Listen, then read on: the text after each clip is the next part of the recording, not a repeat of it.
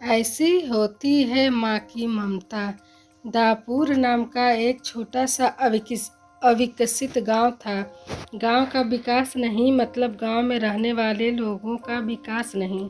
इस गांव में कुछ 3-4 परिवार थे जो थोड़े बहुत खानदानी थे। बाकी सब मेहनत मजूरी करके अपना जीवन गुजारते थे। इसी गांव में दीना नाम की एक विधवा औरत रहती थी। रहने के लिए छोटा सा घर था। 2 बच्चे थे, शायद एक 5 साल का और दूसरा 3 साल का होगा। दीना का पति बहुत मेहनती था। वो दीना को किसी चीज़ की कमी महसूस नहीं होने देता था या कैसी भी हालातों में साथ नहीं छोड़ता था। कैसी भी परिस्थिति हो, दोनों साथ मिलकर सामना करते थे। पर कौन जाने किस बात पर कौन सा अनर्थ कब आ जाए। दीना के जीवन में ऐसी घटना घटी कि उसी घटना ने दीना के पति को दीना से छीन लिया।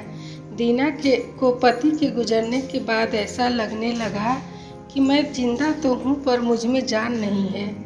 परिवार चलाने के लिए अब दूसरा कोई नहीं था सिवाय दीना के। इसलिए कैसे भी करके दीना ने अपने बच्चों के खातिर खुद को उस दुख से अलग किया। कुछ दिन बाद घर में जो था वो समाप्त हो गया। अब खुद क्या खाएं और अपने छोटे बच्चों को क्या खिलाएं, समस्या उसके सामने खड़ी हो गई। बच्चों के लिए दीना को अभी कुछ काम करना ही था। इसलिए दीना अपने दोनों बच्चों को साथ में लेकर जहाँ काम मिलता वहीं जाया करती थी और दिन भर मेहनत करके जो भी मजदूरी मिलती उससे अपना और अपने बच्चों के पेट भरती थी। ऐसा ही समय बीतता गया और चलता रहा। लेकिन एक दिन दीना को शरीर में थोड़ी कमजोरी महसूस होने लगी। फिर भी वह काम पर गई। ऐसे ही 2-3 दिन दीना काम पर जाती रही, लेकिन उसके शरीर की कमजोरी कुछ ठीक नहीं हो रही थी बल्कि और बढ़ती जा रही थी। ऐसे में काम पर जाना दीना के लिए कठिन हो गया। दीना बहुत चिंतित रहने लगी। अगर काम पर नहीं गए तो मेरे बच्चे भूखे मर जाएंगे। उसी चिंता ने दीना को और कमज़ोर कर दिया। इतनी कमज़ोर कि उठने बैठने के लिए लकड़ी का सहारा लेना पड़ता था। इस कारण उसके बच्चे भूखे मर रहे थे।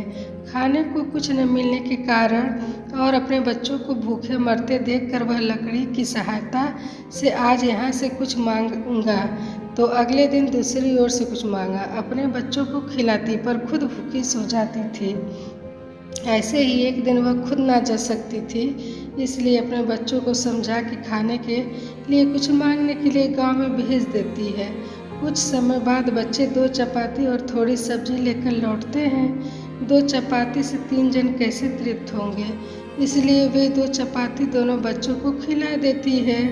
वह बरसात का समय था। बिजली न होने के कारण घर में अंधेरा छाया हुआ था। अंधेरे में ही वह अपने बच्चों को एक कमरे में सुला देती है और वह दूसरे कमरे में जाकर सो जाती है।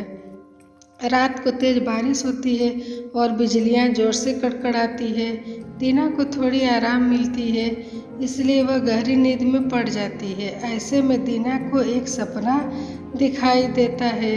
वह एकदम तंदुरुस्त हो गई है, काम पर जाती है। वह सोचती है अपने बच्चों को काफ़ी समय से अच्छा नहीं खिलाया, इसलिए वह अपने बच्चों के लिए चविष्ट खाना बनाती है। बाद में अपने बच्चे और उसके साथ में बैठकर खाना खाकर सो जाते हैं। आगे सपने में दीना ने देखा उसके बच्चे जिस कमरे में सोए हुए थे उस कमरे का छत गिरकर उनके दोनों बच्चे मर जाते हैं।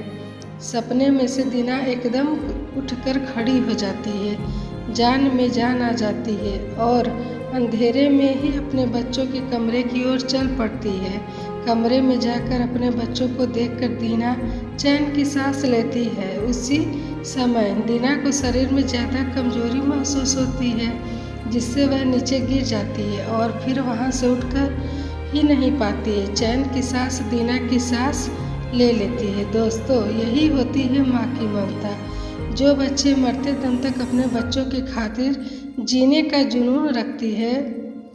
दोस्तों, यही छोटी सी कहानी आपको कैसी लगी? अपने विचारों को हमारे साथ ज़रूर शेयर करें। धन्यवाद और प्लीज़ लाइक और सब्सक्राइब कर दीजिए।